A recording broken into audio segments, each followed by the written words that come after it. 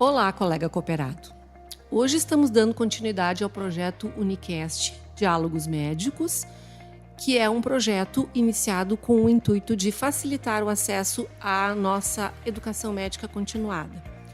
O tema que escolhemos para hoje fala sobre as dificuldades que temos de investigar déficits cognitivos suspeitos nos pacientes dos nossos consultórios. O título é Nem Tudo é Demência, investigando o déficit cognitivo inicial. Para isso, convidamos a colega Paula Gasperin, cooperada da Unimed Nordeste, neurologista, formada pela UX, com residência médica no Hospital São Lucas da PUC, fellow em tratamento com Botox, tratamento para dor, e diretora técnica do Centro Especializado de Saúde da Prefeitura de Caxias do Sul, onde também atende no ambulatório de neurologia do SUS. A Paula também é nossa neurologista muito presente ali no Hospital da Unimed, nos nossos protocolos de AVC, junto com o resto da equipe. Boa tarde, Paula. Boa tarde, Luciana. Boa tarde a todo mundo que está nos escutando hoje. Muito obrigada pelo convite. Nós que agradecemos. Bom, dentro desse tema, a população está envelhecendo, isso é fato. Cada vez mais o clínico vai ter presente na sua consulta queixas de pacientes ou familiares interrogando o médico sobre situações de percepção de déficit de memória nas mais diversas graduações. Paula, como podemos separar o que seria um comprometimento cognitivo leve, compatível com o normal para a faixa etária ou para a condição do paciente, ou o comprometimento relacionado às doenças neurológicas incipientes, no caso? Estabelece um roteiro para nós prático de como fazer essa investigação, que testes aplicar, que exames são fundamentais. Então, vamos lá. Primeiro ponto de tudo, acho que a primeira informação é a gente ter que as doenças neurodegenerativas, elas são um contínuo, né? Elas são doenças insidiosas. Então, a primeira questão é ver há quanto tempo esse paciente está se queixando, né? A pessoa, o indivíduo está se queixando da perda de memória. Como que isso se instalou? Isso se instalou de forma muito abrupta, rápida, em questão de poucas semanas ou meses, ou é um contínuo de sintomas que vem sentindo ao longo dos anos? Porque a doença de Alzheimer, que é a principal demência, corresponde a de 60% a 80% dos casos, ela é uma doença que ela inicia muitas vezes até 2 décadas antes da queixa cognitiva em si. Então, a gente sempre tem que questionar, tentar entender o perfil psicossocial desse paciente, como é que ele estava anos antes da queixa atual, se isso vem vindo de forma progressiva. A outra dica, então, além de a gente saber há quanto tempo isso se instalou, é de que forma que isso se instalou. Começou com pequenas dificuldades que o paciente percebia primeiro, depois a família foi percebendo, foi tendo algum prejuízo no ambiente de trabalho. Então, para a gente pensar em algo degenerativo, mesmo propriamente doença de Alzheimer, ele tem que ter algum prejuízo funcional, né? Se for uma queixa, uma percepção mais do indivíduo, aí a gente precisa realmente investigar ou se ele está numa fase pré-clínica da doença, que está manifestando os primeiros sintomas, ou se aí tem alguma outra causa secundária, né? Algum outro problema de saúde, fatores de risco descompensados, alguma questão metabólica envolvida. Então, primeiro ver em quanto tempo se instalou, como que isso representa no dia a dia, se é só o paciente que percebe, ou se a família ou alguém no ambiente de trabalho percebe já essa perda da funcionalidade, e qual é a característica dessa perda de memória. Por exemplo, eu digo assim, é muito comum mulheres pós-menopausa ou homens, depois de se aposentarem, terem essa queixa de dificuldade cognitiva, principalmente para a memória recente. Isso é uma característica nossa do processo de senescência e de envelhecimento. A nossa capacidade de reter as informações vai ficando menor, né? Então, as informações antigas a gente lembra bem, as novas a gente vai tendo mais dificuldade. Mas um exemplo prático que eu dou, assim, por exemplo, todo mundo se queixa, eu saio da cozinha, vou para o quarto pegar alguma coisa. Chego no quarto, não sei o que é, que eu tinha que pegar. Bom, nesse momento, o que tu fazes? Tu tenta usar uma memória associativa, tentando, não, mas o que eu vim pegar e tal, e aí tu vai te recordando disso, ou às vezes tu troca do ambiente, volta para o anterior de novo, e aí quando, tá, lembrei. Então, qual é o período de latência dessa recordação, né? Tu consegue, por memória associativa, te trazer à tona aquela informação? Ou tu chegas lá e tu não lembro, não sei o que eu vim fazer, esquece, deixa para lá e continua sem se lembrar o que era. Então, esse período de latência da memória. A outra característica é, existe mais de um domínio da cognição comprometido? É só a memória episódica e recente ou já está tendo algum grau de desorientação? A pessoa já se acorda no dia e já... Eu digo que ela perde aquela agenda mental que a gente acorda todo dia já sabendo o que vai fazer, né? Hoje eu tenho tal coisa para fazer, tal, depois do almoço eu vou para tal lugar. Então, a pessoa já começa se acordando, tendo que olhar as suas anotações, a sua agenda, porque já não lembra seus compromissos, está tendo já alguma desorientação espacial, está dirigindo, não lembra mais como ir a um determinado lugar em que sempre foi, se pega a direita, a esquerda, qual é a rua que vai, se está tendo dificuldade na linguagem, né? Está conversando e perde a fluidez da linguagem num discurso, numa conversa. Então, o importante é perceber assim, existe mais de um domínio da cognição envolvido ou é principalmente uma questão atencional pura, assim, de gravar informações? Então, isso é uma dica boa. São as 4 coisas iniciais numa conversa, numa consulta. Há quanto tempo começou? Como que isso tem se instalado? Qual a característica dessa perda de memória? E quais os domínios da cognição envolvidos? Eu acho que, a partir disso, já consegue se dar uma boa ideia. Certo. E quando essa latência, ela é segundos? Segundos a poucos minutos. A poucos minutos, tá.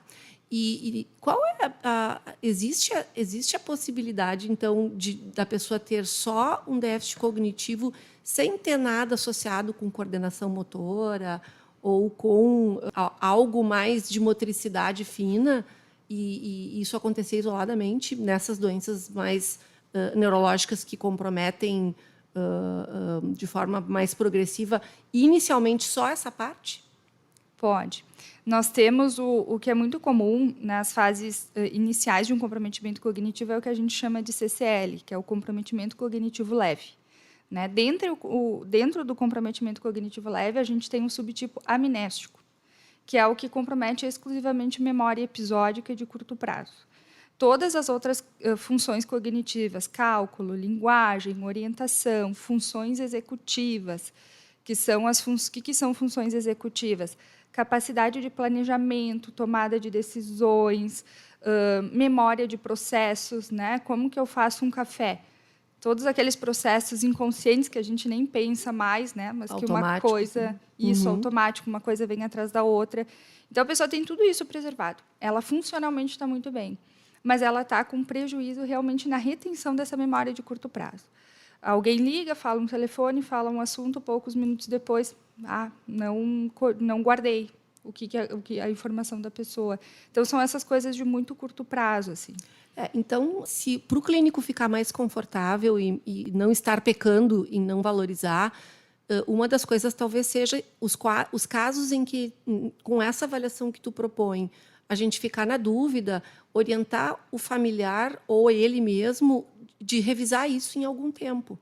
Se há alguma mudança, porque a gente não pode, isso não é nada, né? Exatamente. E liberar e não encaminhar, né? Se a gente for encaminhar tudo, a gente vai encaminhar muita gente, né? Sim. O filtro tem que ser um pouco menos amplo, né?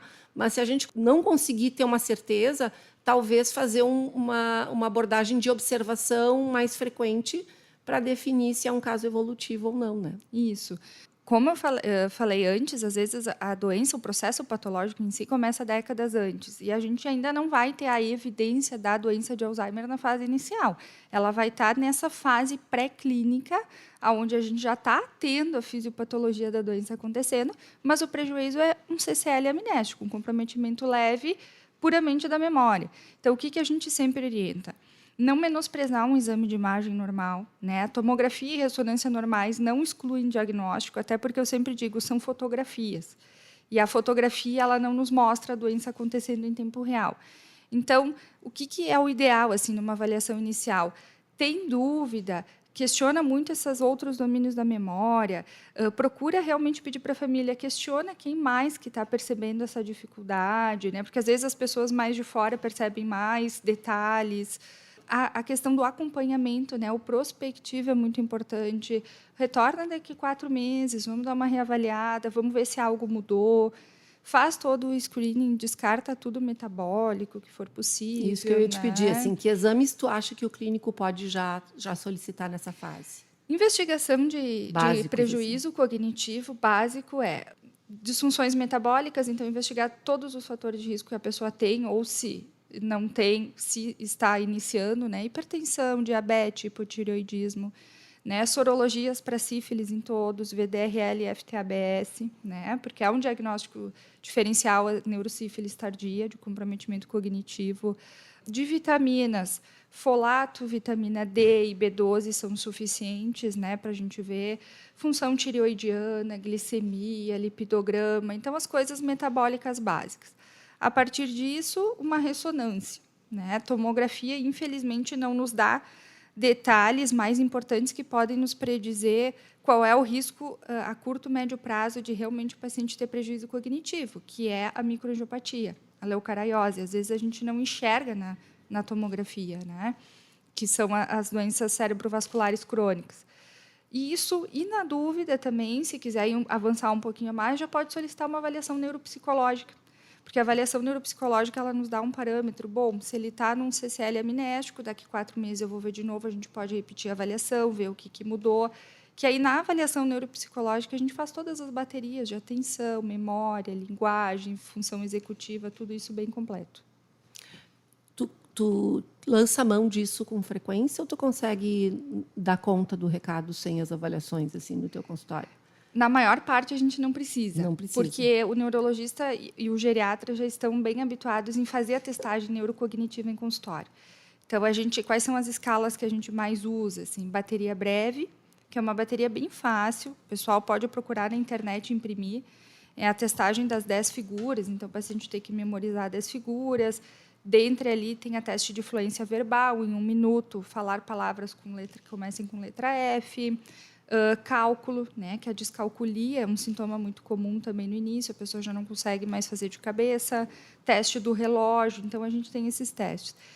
Saindo da bateria breve, aí dependendo da escolaridade, mini exame do estado mental ou MOCA com ensino superior completo, né, que é o outro teste mais específico. Então, na maior parte, a gente consegue dar conta disso. Avaliação neuropsicológica, às vezes, quando a gente fica em dúvida, né? O paciente tem um transtorno neuropsiquiátrico sobreposto, está muito confuso, aí a gente solicita. Tá. Puxando esse gancho do neuropsiquiátrico, os transtornos psiquiátricos muito presentes na nossa população hoje também podem se manifestar junto ou causando algum grau de declínio cognitivo. Como diferenciar isolado ou associado a quadros neurológicos? Quais os principais patologias psiquiátricas que estariam associadas ao declínio cognitivo? E a minha outra pergunta é, existindo uma melhora do quadro psiquiátrico, há uma melhora da cognição? Tá. Então, quando a gente fala em fatores de risco para a doença de Alzheimer, principalmente, eu digo que o primeiro fator de risco é a idade, disparado, né? A doença de Alzheimer é uma doença do processo do envelhecimento. Eu explico assim para os pacientes que imagina que no teu cérebro a gente está sempre renovando células, vamos dizer assim, né? E existe uma falha num determinado momento da idade de limpeza das proteínas beta-amiloides, porque isso são proteínas que a gente está sempre produzindo no sistema nervoso. Num determinado momento da idade, a gente começa a falhar nessa limpeza, e aí a gente vai começando a ter o depósito das proteínas beta-amiloides e os emaranhados neurofibrilares. Depois disso, fatores de risco, então, hipertensão e diabetes correspondem a 50% de risco, né? E depois disso, a gente tem depressão e transtorno afetivo bipolar. Tá? Então, sim, as doenças psiquiátricas, elas correspondem, e o pessoal da psiquiatria nos ensinou nós, neurologistas, a entender que doença psiquiátrica é uma inflamação cerebral também. Então, essa inflamação crônica, mal resolvida, um paciente deprimido, melancólico crônico, ou que teve muitas recaídas ao longo da vida, o paciente com transtorno afetivo bipolar, com surtos graves, uso de antipsicótico por muitos anos, então, isso sim são fatores de risco, né? principalmente tanto para a doença de Alzheimer, mas, em segundo lugar, para a degeneração frontotemporal, que é a segunda demência mais comum, a DFT, né? Então, como que a gente diferencia? Às vezes, acaba ficando muito poluído e difícil. Tu pega um paciente com transtorno afetivo bipolar de longa data, usando antidepressivos de longa data, os próprios antidepressivos dão prejuízo cognitivo, o paciente está envelhecendo paralelamente a isso e tu não sabe para onde partir. Então, o que a gente tem hoje? Primeiro de tudo é ver. O paciente está estável com as suas medicações? Existe sintoma residual psiquiátrico que pode estar afetando os níveis de atenção, raciocínio, velocidade de processamento ou não? Bom, não tem. O paciente vinha estável, muito bem. Primeiro de tudo, ressonância. A gente precisa ter essa foto para ter uma ideia de como é que está essa massa encefálica, para ter uma ideia se já existe atrofia cerebral ou não. Avançando um pouquinho disso, a gente hoje tem biomarcadores. Nós temos biomarcadores para a doença de Alzheimer. Quais são eles? A gente pode fazer punção lombar, endosar a proteína beta-amiloide, tal e fosfotal. Ou a gente pode fazer o PET beta-amiloide, que ele entra como um biomarcador. É um PET cerebral, ele vai marcar as placas beta-amiloides. Existe, no Banco de Cérebro de Londres, eles fizeram um trabalho grande e existe uma quantidade esperada para cada idade, mais ou menos, né? Desde que a pessoa tenha comprometimento cognitivo, claro, porque não adianta fazer o PET amiloide, ter um monte de placa beta-amiloide e é um idoso funcional, que são os super-AIDS, que a gente chama, né? Então, não significa nada aquelas placas, né? Então, são informações adicionais. Além disso, hoje a gente tem um teste sorológico. A gente já tem como ver beta-amiloide no sangue. A gente já tem esse exame disponível, né? O Fleury que faz. O que é mais custo-efetivo assim, para ti de todos esses? A PL, com as dosagens, a PET ou... Eu digo que é o PET. Não por custo efetivo, mas porque, assim, às vezes a PL pode dar erro, porque existe toda uma técnica na coleta e o exame tem que ser processado rapidamente. Então, isso não é a nossa realidade ainda. Normalmente, os resultados são que a beta-amiloide está aumentada e a tal diminuída. Isso é o resultado. Tá? Uhum. Então, ele tem que, porque a proteína ela se instabiliza muito rápido. Então, tem que fazer a punção lombar e analisar rapidamente. Então, não é a nossa realidade. Hoje a gente ainda não tem aqui na nossa região, né, Serra, isso de forma rápida. Claro que Porto Alegre, capitais, a gente já tem. O teste sorológico sanguíneo, o PRECIVITY... São cobertos pelo plano? Não. A punção lombar, sim. Né? Existe uma diferença ali que o paciente faz o custeio ali do exame. Os outros, não. Os outros são tudo exames novos, né? Então, não é nada aprovado pelo rol ainda. Tá? Então, assim, eu digo que o custo efetivo, às vezes, é mais fácil de fazer o PET, se o paciente conseguir custear isso, porque ele vai te dar um diagnóstico, ele é um biomarcador, né? O do sangue, ele pode te mostrar aumento da beta-amiloide circulante, mas ele não te dá um valor, digamos assim, preditivo, digamos assim. E até porque o exame foi feito, a testagem em população americana. A gente não tem esse exame na população brasileira, então a gente não sabe qual é o ponto de corte, quantos desvios padrões a gente considera e tal. Então, na minha prática, eu acabo, nos pacientes que conseguem custear isso, a gente faz o PET beta-amiloide. Mas, assim, lembrando que uma boa avaliação, uma ressonância e um bom teste neurocognitivo já consegue te dar o diagnóstico. Isso é aquele plus do plus, né? Sim, quando fica muito duvidoso no final. Tá. Exatamente. Na grande maioria, avaliação neurocognitiva, semiologia e ressonância resolve o problema. Certo. Em relação a medicamentos, Paula, a gente tem no dia a dia assim, a ideia de que alguns medicamentos podem afetar a memória. Isso é real? Sim.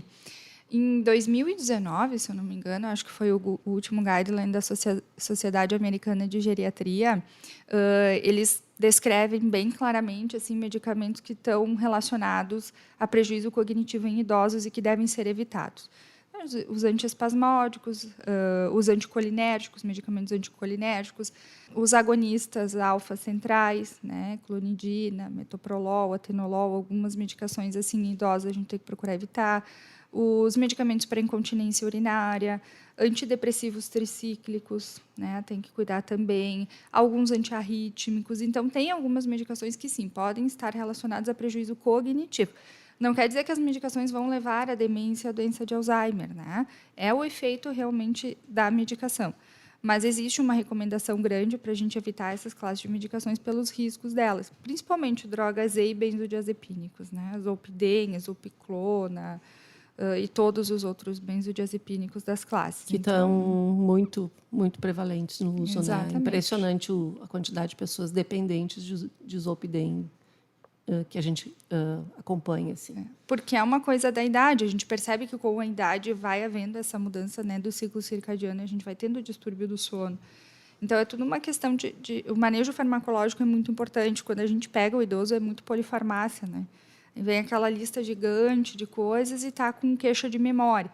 E, às vezes, a gente esquece de olhar para o básico. Então, primeiro, vamos revisar essa lista, essa polifarmácia toda, e vamos tentar descartar o que é possível, ou fazer uma substituição e uma troca.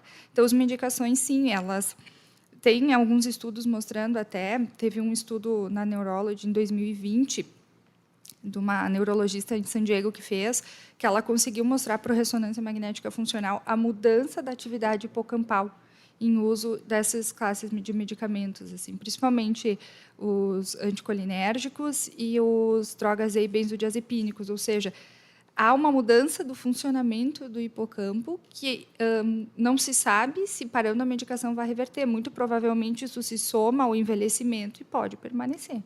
Então, a recomendação é não utilizar. Certo. E seguindo na questão do sono, quais os principais distúrbios de sono que mais impactam na questão da cognição, da perda da cognição? Assim, tu diria que seriam os distúrbios respiratórios, a apneia ou a insônia? Como que a gente pode avaliar isso? A gente pode dividir em distúrbios do sono crônicos e agudos, vamos pensar assim, né? Os crônicos, a insônia crônica, sim, é fator de risco. Se descobriu que no sistema nervoso central a gente tem um sistema linfático cerebral, que é um sistema linfático do cérebro, digamos assim. A gente tem um sistema de limpeza próprio. Esse sistema ele funciona por comportas, né? Os canais iônicos eles se abrem na fase de sono REM. E a fase de sono REM, a gente sabe, né, que na arquitetura do sono é uma das fases fundamentais que a gente precisa, ela é de curta duração, mas é a fase do movimento rápido dos olhos, da hipotonia generalizada, né, onde há o reparo dos tecidos assim, e do cérebro. Então, se a pessoa não atinge fase de sono REM, ou seja, aquele idoso que ou tem aumento da latência para dormir, uma insônia inicial, demora para dormir, dorme um pouquinho, fica tendo vários despertares, acorda muitas vezes para a noite. Eu digo, o grande problema dos idosos é a gente tratar noctúria. Porque o idoso, se a gente dá remédio para noctúria, faz mal para a cognição. Se a gente tira, não dorme. Então, é uma confusão. É realmente difícil. Precisa de uma avaliação multidisciplinar. Eu digo, é o neurogeriatra, o uro trabalhando junto, claro, ali, né? Então, o não dormir acaba pulando essa fase que é muito importante, porque durante essa fase de sono REM a gente vai tendo aquela limpeza dos radicais livres e de todo o estresse oxidativo gerado durante o dia. Tu imagina isso cronicamente acontecendo. O resultado, neuroinflamação, astrocitose, que a gente chama, né, que é o adoecimento da matriz ali, não só neurônio, mas astrócito também. Isso, a longo prazo, vai aumentar o risco de demência, né? Então, o distúrbio de sono crônico é ruim, a apneia do sono crônica também nesse sentido, mas a gente também precisa tratar os distúrbios agudos. Às vezes, a gente menospreza e deixa aquele idoso ou aquela mulher pós-menopausa, da menopausa, daqui a pouco passa, né? Então, assim, a gente nunca recupera, né? O que perdeu, perdeu. Então, os distúrbios crônicos e agudos são igualmente ruins, tanto insônia, quanto apneia, quanto situações agudas de adoecimento que estejam gerando isso também tem que ser tratado. Eu gostei do menopausa, daqui a pouco passa, né? Então, eu recebo muito no consultório, né? Ainda bem que a gente tem recebido, cada vez mais a gente tem recebido mulheres, que pena que não são homens, né? Com essa ideia de vir mais precocemente, de trocar uma ideia, ver o que pode fazer para mudar, para prevenir, que não quer ter Alzheimer e tal. E são mulheres ali dos 50 aos 60 anos que estão passando por toda essa modificação, né, que essa fase traz. E eu vejo que muito se aborda a questão da reposição hormonal para a parte cognitiva, para as outras coisas, atividade física, mas ninguém olha para como é que está o sono. Né? Então, também precisa ser tratado o sono nessa fase. Né? Então, acho que a gente podia seguir agora, do meio para o fim do evento, falando sobre prevenção. dá o teu recado sobre prevenção. O que a gente pode orientar o paciente na questão de tentar prevenir ou retardar a progressão do declínio cognitivo? Bom, eu acho que eu vou dividir, assim, Luciana, em 2 cenários, porque daí a gente tem 2 realidades distintas que os médicos e nossos colegas vão pegar, né, no consultório. Nós temos a realidade geração que já está com seus 70, 60, 70 anos, que é uma geração onde nem todos tiveram oportunidade de estudo suficiente, porque a gente sabe que escolaridade é um fator protetor, né? Então a gente está pegando, eu tenho pego muito assim no consultório o pessoal aonde estudou 4, 5, 6 anos, fez no máximo primário, eles não chegavam a fazer científico, estudar, né? Mas que estão agora começando com declínio cognitivo. Então, para essa geração, como que eu vou compensar a falta de escolaridade que não conseguiu ser neuroprotetor para mim por criar reserva neuronal, por criar massa encefálica, digamos assim. Então, nós vamos na balança e a gente diz, bom, está pesando para um lado, nós vamos pesar para o outro lado protegendo. Atividade física, primeiro de tudo, né? Tem um estudo grande já, que eles fizeram, tanto em pessoas quanto em ratos em laboratório, que durante a atividade física, a gente libera um hormônio chamado irisina. A irisina ela estimula o fator de crescimento neuronal. Mostrou em ratos aumentar o volume hipocampal. Então, atividade física, primeiro de tudo, 150 minutos no mínimo por semana. Tá? Nunca fiz, não tenho hábito, hora de começar, porque se é um hormônio que estimula o fator de crescimento neuronal, eu posso correr atrás do tempo. Né? Não tive chance de prevenir lá na frente, vamos agora. Segundo, alimentação. Né? Dieta cetogênica, tem um monte de estudos saindo, né? Assim, de forma mais agressiva. Claro, eu digo, não precisa ser tão agressivo, mas o que a dieta cetogênica traz para nós de informação? O tal do diabetes tipo 3 cerebral, que a gente ouve falar, da resistência insulínica cerebral. O neurônio definitivamente não metaboliza bem glicose. Então, ele gosta de gordura, membrana lipídica e proteína. Diminuir farináceos, aumentar o consumo de gorduras poliinsaturadas, gorduras vegetais boas e saudáveis, proteínas, né? Não precisa ser carne vermelha, mas pode ser proteína vegetal também. A gente tem um monte de opção hoje, né? Se a gente vê a própria dieta mediterrânea, que tem evidências boas, quer dizer que é das poucas que tem evidência de redução de risco, ela é mais para o cetogênico do que porque Exatamente. O carboidrato que tem é um carboidrato de índice glicêmico menor, né? Isso. Então, é a batata doce roxa, é a mandioquinha, é o aí. aipim, né? São essas outras classes de alimentos. Então, eles até falam, eu acho que vocês na cardiologia ouvem falar também da dieta DASH também, né? DASH, que é uma, na realidade, DASH, ela é muito parecida com a mediterrânea. É né? essa que foi testada, né? Então, com todos esses benefícios. Então, mudança alimentar, sempre dentro do possível e da sua realidade, ajudar o paciente a adaptar, porque senão fica muito fácil dizer, para de comer bolacha, pão, bolo. Tudo isso é muito bom, a gente cresceu comendo isso, né? Então, vamos ir adaptando devagarinho, aumenta a quantidade de proteína inicialmente, depois vai adaptando. E a gente pode pedir para a Nutri esse tipo de coisa também, né? Sim. Eu acho que escrevendo para nutricionista, que é uma questão de prevenção de doença neurológica degenerativa aqui, com restrição de carboidrato. Exatamente. Esse papel dela. Sim, ela vai fazer o cálculo necessário para o idoso naquela faixa etária, né? Para as suas condições. Então, atividade física, alimentação, dieta, sono, sempre olhar para como é que está a qualidade desse sono, né? Não deixar de investigar a apneia do sono em idosos, porque é natural a flacidez, né, da orofaringe ali por conta da idade, e estímulos cognitivos e sociais. Aí eu digo assim, nós precisamos ensinar eles a levantar do sofá, parar de ficar vendo televisão e achar um propósito social. Né? Vai passar o dia no centro-dia, se matricular nas aulas que a gente tem na faculdade, que tem as aulas sênior, vai tomar café com as amigas, vai passear, vai jogar carta. Né? Em casa, eu digo muito para os filhos, comprem livro de pintura, memória, botem a brincar com os netos para jogar memória, né? Caça-palavra, palavra cruzada. Então, tem um aplicativo bem legal, que eu vou deixar aqui como dica para todo mundo indicar para os pacientes, que se chama Cognifit. Cognifit, que é um aplicativo feito por psiquiatras e neuropsicólogos da USP. aonde tu escolhe lá as atividades que tu quer fazer e a cada mês ele vai te dando um score aonde tu tá, o que tu tá melhorando. É bem legal. Que legal. Então, ele é bem intuitivo e ele estimula o idoso Ele a compete continuar. com ele mesmo, né? Isso ali. Então, perfeito. o Cognifit é bem legal. Para os que sabem usar eletrônicos. Eu vou baixar. Né? É bem legal.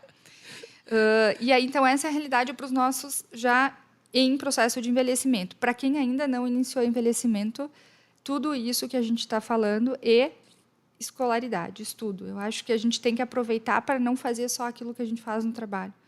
Porque qual que é o nosso mal do mundo moderno? A gente acorda, trabalha o dia inteiro, chega em casa extremamente cansado e não estimula o cérebro com outras atividades que não sejam a memória de trabalho. Né? Então, no final de semana, ler, ou durante a semana, ou daqui a pouco tá estudando coisas, ver um vídeo em inglês, estudar uma nova língua, é aquelas coisas de estar sempre se desafiando. Né? Ajudando a plasticidade do cérebro. Isso, né? Aproveitar que a gente hoje tem essa opção. Né? Os nossos pais e avós não tiveram essa chance. A gente tem que sair da zona de conforto constantemente. Constantemente. Né? Os estudos mostram, sem dúvida, que de todos os medicamentos, nada supera a melhora dos scores funcionais do que o estímulo cognitivo, físico e tudo isso. Né?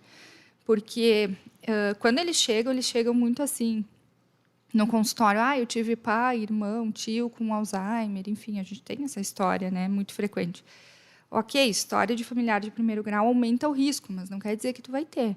Então, a gente precisa trabalhar a epigenética, que é a capacidade de tu modificar a tua expressão genética para algumas doenças, né?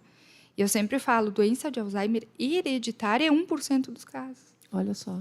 Todo o restante é esporádico. Não tinha essa ideia que era tão baixo. Nós temos, assim, genes determinantes e genes de risco. Genes determinantes, que é a doença de Alzheimer hereditária, é 1% dos casos. Então, APP, PSEN1, PSEN2, que são os 3 genes principais. A apolipoproteína E, que é o outro gene de risco, que é o mais comum, mutação da apolipoproteína E4, ela aumenta o risco em 50%. Mas os estudos têm mostrado que tu consegue modificar a expressão desse gene, com tudo isso que a gente conversou de prevenção. Então, não se apegar muito no fato de ter familiar com a história. Bom, se tu tem, tu sabe que tu está num risco maior, então vamos correr na frente, né? Certo. E para finalizar, assim, o que teria, assim, em termos de vanguarda, de novos tratamentos, assim, que tu possa citar, que tu veja como promissores, assim, para a gente ter um avanço mais no tratamento em si das doenças. Na prevenção a gente já conversou, né? Mas Sim. Sobre o tratamento, assim, teria alguma coisa que tu acha que está realmente surgindo como algo promissor? Então, na realidade, assim, eu gostaria de poder encerrar, né, dizendo assim, nós temos medicações que vão nos dar uma luz no fim do túnel, mas ainda é tudo muito duvidoso. Eu acho que, para mim, hoje, o que é tratamento modificador, para mim, hoje é isso, mudança de estilo de vida. Para mim, sem dúvida, hoje ainda, nos congressos e nos estudos, e tudo que a gente lê é isso. Alimentação, atividade física, sono, controle de estresse mental, psicoterapia sempre que possível, mindfulness, que são técnicas que a gente tem para controle da ansiedade. Os medicamentos que saíram, os últimos para Alzheimer, que são os anticorpos monoclonais anti-beta-amiloide, o único aprovado pelo FDA que a gente tem é o lecanemab, que foi aprovado o ano passado nos Estados Unidos, em março do ano passado, que é o Leqembi. Ele é um anti-beta-amiloide, então são infusões a cada 15 dias, durante 18 meses, para melhorar e ter a chance de melhorar em um pouco menos de 30% os scores funcionais ao longo dos anos. Então, uma resposta ainda pobre. E os efeitos colaterais principais foi o ARIA, que a gente chama, que é uma inflamação de substância branca difusa, que pode acontecer pelo uso do monoclonal, ou microblitz, microsangramentos. Né? Claro que essas complicações acontecem mais num perfil determinado de pacientes, que são aqueles com mutação para ApoE, pacientes com mais fator de risco, já com evidência de doença cerebrovascular crônica, acontece mais. Mas é um risco que se pode ocorrer para um benefício ainda pequeno. Então, a comunidade científica neurológica ainda está muito pé atrás ainda com esses monoclonais. Eles não parecem ser a promessa que a gente está esperando. Talvez a gente está olhando muito para a placa beta-amiloide e talvez a gente está deixando de olhar o resto, que é a inflamação astrocitária, todo o resto da microglia, que talvez tenha um papel mais importante até do que a placa beta-amiloide lá no neurônio. Sabe que o meu avô faleceu com 96 anos, né? Era completamente funcional e ele fez parte de um estudo lá no Instituto do Cérebro do Super 8, de um professor meu. Então, os pacientes eram submetidos à ressonância PET beta-amiloide, vinha com quantidade de placa beta-amiloide e passava por rastreios neuropsicológicos. Ele era tomado de placa beta-amiloide, né? Ele era até paciente do Dr. Denner, o Denner vai se lembrar bem do vô. Morava sozinho, fazia a contabilidade sozinho dele, incrível. Fazia tudo sozinho. E era cheio de placa beta-amiloide.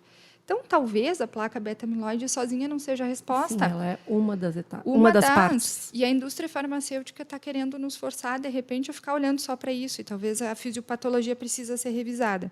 Então, para mim, tratamento hoje é modificação do estilo de vida. Assim. Eu não vejo ainda a longo prazo outra coisa sem ser isso. Eu acho que a gente precisa, primeiro, fazer isso muito bem feito, que é o feijão com arroz, para depois a gente começar a entender a fisiologia do outro ponto de vista. Assim.